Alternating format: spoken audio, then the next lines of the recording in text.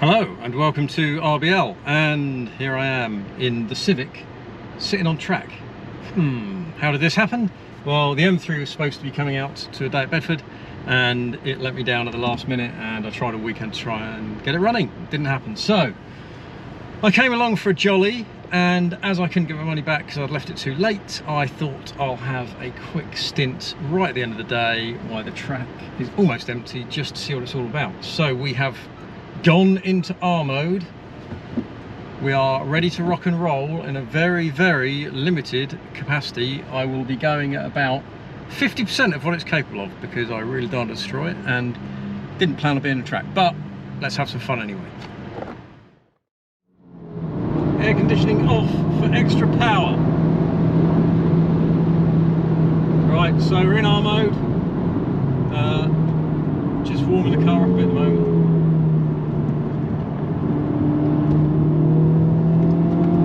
Definitely more alert.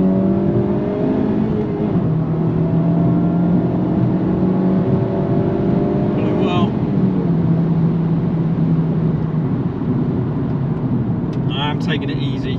So the old gear change, the rev matching is much more aggressive, which is interesting. Tyres are holding on nicely, actually, considering.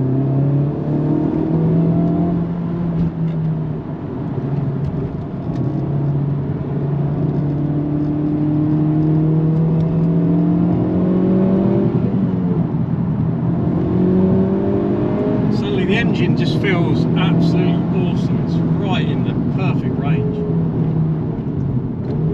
Dodgy little turn here, never quite sure on which bend, which corner to be in on this bend. Second it is.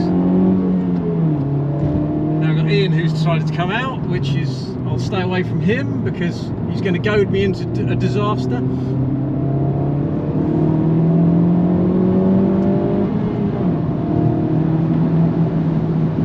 Firm setting, it's definitely even on track, it is firm.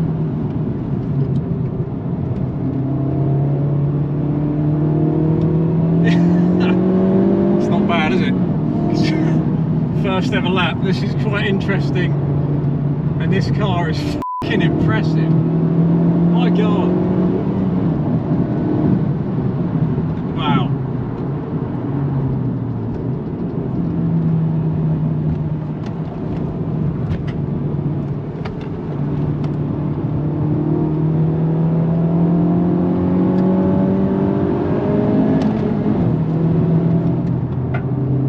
You can tell the tyres are road tyres though.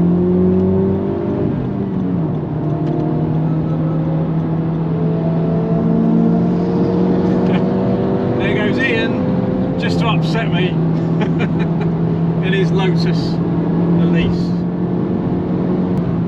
Doing 115 there, that's not bad. Coming up to the chicane. Take it easy here so I don't destroy everything.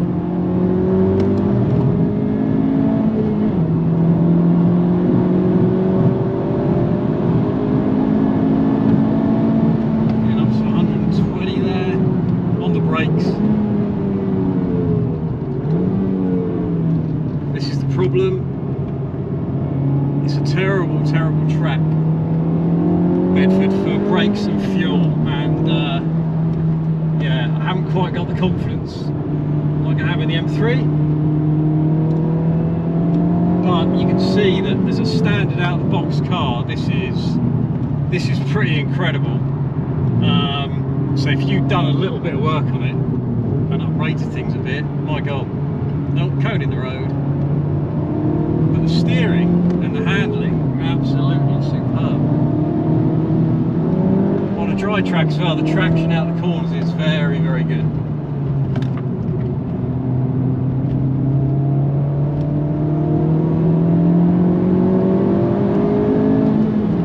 Such a good chassis. Suspension in R mode. I know Plato said that it was a bit too stiff, although he had the slightly newer version, and he would know way better than I would, but even so, it doesn't feel it here. But then I'm, to be fair, not pushing it to the limit like he would, so. Go wrong gear again, a bit slow. Having said that, it still picks up quite nicely.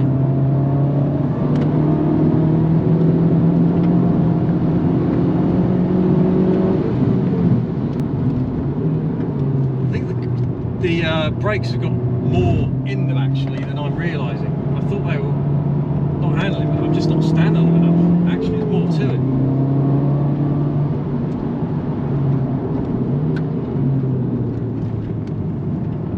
So I'm going to give them a little bit more grief.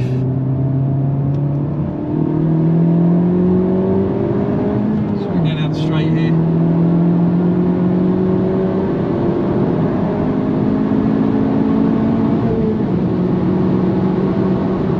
So 125, 130, 135 on the brakes. Down into third. Hit the limiter. Getting that through the chicane, what was that, about 80? Yeah. It's not bad, is it?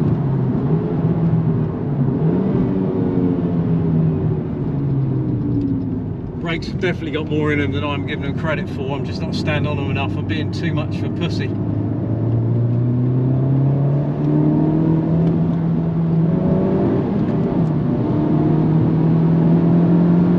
Gear change lights on Saturday, extremely useful. Well, I did bump off the limiter once, but very, very good. Suddenly make a lot of sense.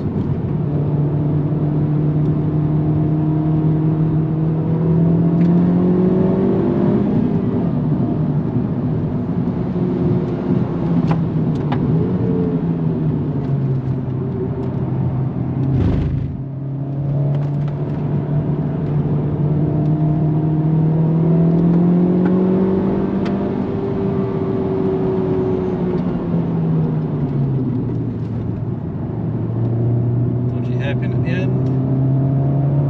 Give it some, then we've got some fast traffic coming up.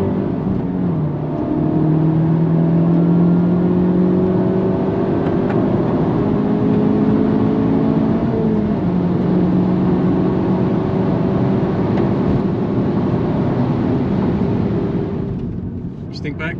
It's awesome. So good.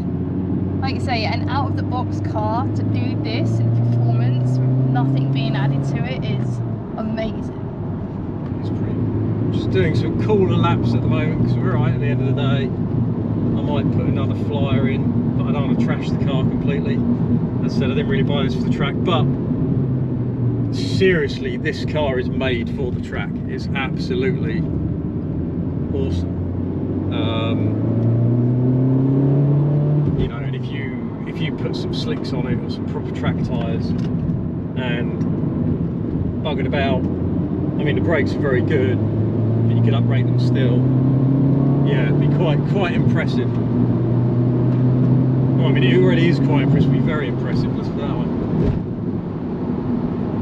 And even though it's, I mean it really has stiffened it up, but the handling, the precision of the steering, everything, the rev matching, it is awesome. And it just throws itself in and grips like you would not believe. Even holding it back, it's still like 120 down the back straight, and that's not anywhere near the red line.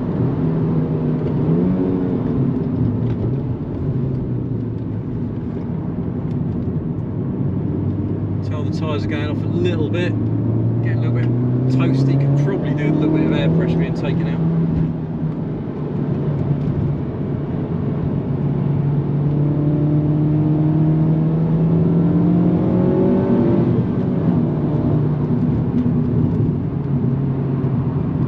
Yeah, you can tell the tyres are going off a tiny bit now because the car's getting a little bit rolly, and it's been feeling really, really firm. So that's the one thing with these tyres, is they're good, but they're not built for the track.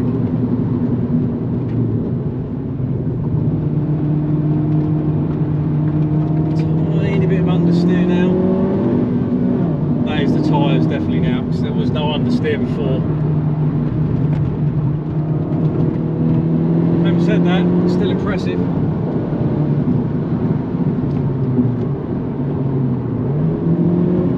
just got to work the gearbox a bit more though, because I notice it's dropping. If I drop it below about 2,500, then you've got a tiny fraction of lag that you're then waiting on. So I need to keep it on the boil a little bit more.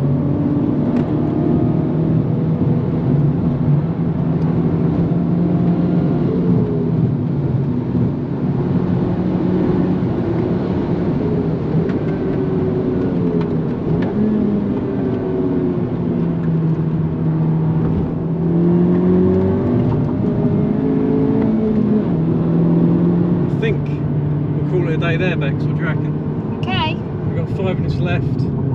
It's going well, but the tyres are getting a bit hot. The car's still brilliant. Brakes are actually really holding up well. So there you go, guys. A quick impromptu few laps at Bedford in the Civic. Absolutely awesome. Can't fault it. Can't believe it, actually. Such a good car standing out of the box.